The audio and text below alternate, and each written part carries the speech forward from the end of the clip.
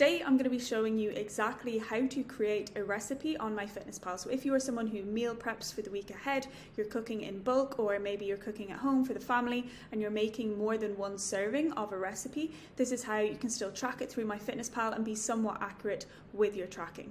So as you can see here on MyFitnessPal, I go to Meals, Recipes and Foods. I click on Enter Ingredients Manually, then enter the title of whatever recipe you're making. Here I was making a chicken pesto pasta salad, and then add in how many servings your recipe is going to make. This made around 4 servings, and then simply just start inputting your ingredients. So this is very, very handy as well.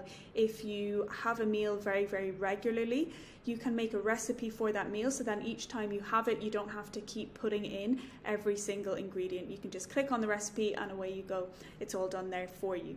So again, like you can see here, just continue to input all the ingredients. Now, as you can see here, I have input all the ingredients for this particular recipe. I didn't input a few things. So there was also spinach in this recipe. There was also lemon juice in this recipe. I also probably wouldn't usually have put in the cucumber because the calories from those types of foods are going to be very, very minimal, and there's not really a need to be super meticulous with it. If you want to be very, very accurate, go ahead, but I wouldn't recommend putting in things like spinach, lemon juice, cucumber, things of that nature that are going to be very, very minimal in calories. What we really want to focus mostly on are the bigger items, you know, things such as pasta, chicken breast, the feta cheese, red onion, things like that, potatoes, broccoli, that kind of thing are going to be more dense in calories. Obviously try and be as accurate as you can, but things like spinach, cucumber, I wouldn't get too caught up with that. And then once you are finished inputting all of your ingredients, just click this little arrow in the top here.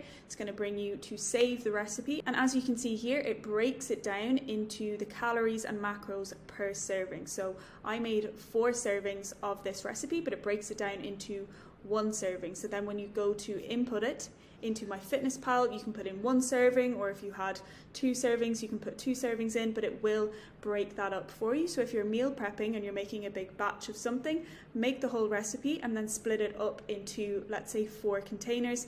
There you go. That is your recipe done and split up into the serving sizes. And as you can see here, if I go in to input this, I go into add lunch, and then all I do is go into my recipes, and you can see it at the top there. And then as you can see, it's broken down into the calories and macros per serving for that recipe. So super simple. If you are making recipes or meals in bulk for meal prepping for the week, or you're cooking for 4 people or however many people you are cooking for, you can still track your food through MyFitnessPal, and it does make it a lot easier if you do have a certain meal very, very regularly. Just make a recipe for it, so then each time you go to put it in, you don't have to put in the exact ingredients, you can just put in the recipe. I hope this has helped. If you have any questions, if you're struggling in any areas to do with tracking, please get in touch with me or someone else on the team, and we'll get back to you as soon as possible. But have a great day and see you in the next one.